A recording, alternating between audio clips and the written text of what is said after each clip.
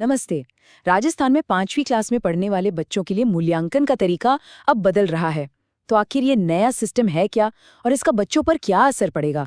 चलिए आज इसी नई गाइडलाइन को एकदम आसान भाषा में समझते हैं। तो सबसे बड़ा सवाल जो सबके मन में है वो यही है कि 2026 में 5वीं क्लास के स्टूडेंट्स को ग्रेड आखिर मिलेंगे कैसे। इस पूरे डिस्कशन का मकसद बस इसी सवाल का जवाब ढूंढना है ताकि हर कंफ्यूजन दूर हो जाए। ठीक है, तो हम इसे 4 सिंपल स्टेप्स में समझेंगे। पहले तो ये जानेंगे कि ये परीक्षा आखिर है क्या। फिर इसका ग्रेडिंग स्केल कैसा है उसे देखेंगे। उसके बाद ये जो 100 नंबर हैं वो कहाँ-कहाँ से आते हैं इसका ब्रेकडाउन समझेंगे। और आखिर में सबसे काम की बातें यानी की टेकअवेज पर बात करेंगे। चलिए तो शुरू करते हैं पहले हिस्से से। आखिर ये नया एग्जाम है क्या और ये किन किन के लिए है। देखिए, इसका ऑफिशियल नाम थोड़ा लंबा है, प्राथमिक शिक्षा अधिगम स्तर मूल्यांकन 2026। लेकिन आसान शब्दों में इसका मकसद सिर्फ इतना है कि ये पता लगाया जाए कि बच्चे ने 5वीं क्लास के लेवल पर जो सीखना चाहिए था वो सीखा है या नहीं। मतलब ये एक तरह का कॉम्पिटेंसी बेस्ड असेसमेंट है। अब सवाल आता है कि ये एग्जाम देना किसे किसे है। तो देखिए, जितने भी सरकारी स्कूल हैं, चाहे हिंदी मीडियम हो या इंग्लिश मीडियम, उन सबके लिए ये जरूरी है। इसके अलावा जो मान्यता प्राप्त प्राइवेट स्कूल हैं और मदरसे हैं, उन्हें भी इसमें हिस्सा लेना है। हाँ, एक बात ध्यान रखने वाली है कि सीबीएसई और आईसीएसई स्कूलों के लिए ये ऑप्शनल है। मतलब उनकी मर्जी है, वो चाहें तो इसमें शामिल हो सकते हैं। ठीक है, तो अब ये तो साफ हो गया कि परीक्षा क्या है और किसके लिए है। अब आगे बढ़ते हैं और समझते हैं इसकी ग्रेडिंग स्केल को, यानी मार्क्स को ग्रेड्स में कैसे बदला जाएगा। ये जो आप देख रहे हैं, ये सीधा सरकारी गाइडलाइन से लिया गया ऑफिशियल ग्रेडिंग स्केल है। पहली नज़र में शायद थोड़ा कंफ्यूजिंग लगे, पर ग्रेड्स इसी के हिसाब से तय होने वाले हैं। चलिए इसी टेबल को एकदम आसान बना देते हैं। अगर स्कोर 81 से 100 के बीच है तो मिलेगा ए ग्रेड, 61 से 80 पर बी, 41 से 60 पर सी और 33 से 40 पर डी ग्रेड। और हाँ, अगर स्कोर 32 या उससे कम है, मतलब 0 से 32 के बीच, तो ई ग्रेड दिया जाएगा। और यहीं पर एक बहुत बहुत ज़रूरी बात है, जिन स्टूडेंट्स को ई ग्रेड मिलेगा उन्हें एक सप्लीमेंट्री एग्जाम देना होगा। मतलब उन्हें सुधार करने का एक और मौका दिया जाएगा। ये बहुत ज़रूरी डिटेल है।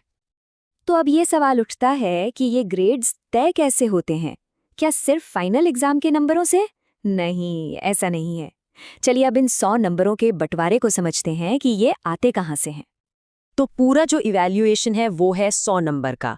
अब देखते हैं इसका ब्रेकडाउन। ये 100 नंबर 2 हिस्सों में बटे हैं।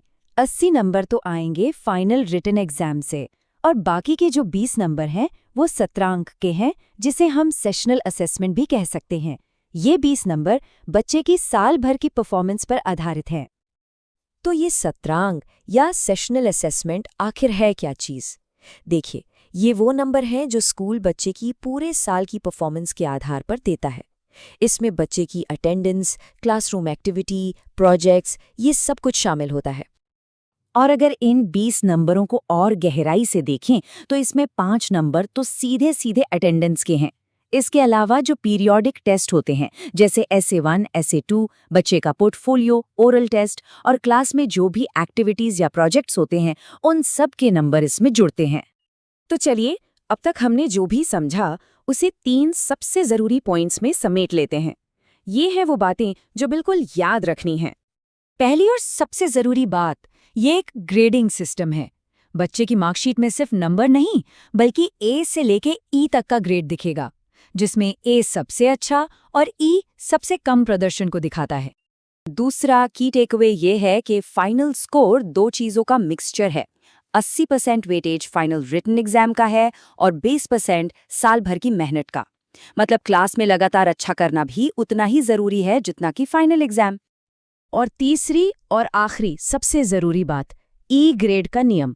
अगर किसी बच्चे को ई ग्रेड मिलता है तो इसका मतलब ये नहीं कि सब खत्म हो गया, बल्कि उसे सप्लीमेंट्री एग्जाम के जरिए सुधार करने का एक और मौका मिलेगा।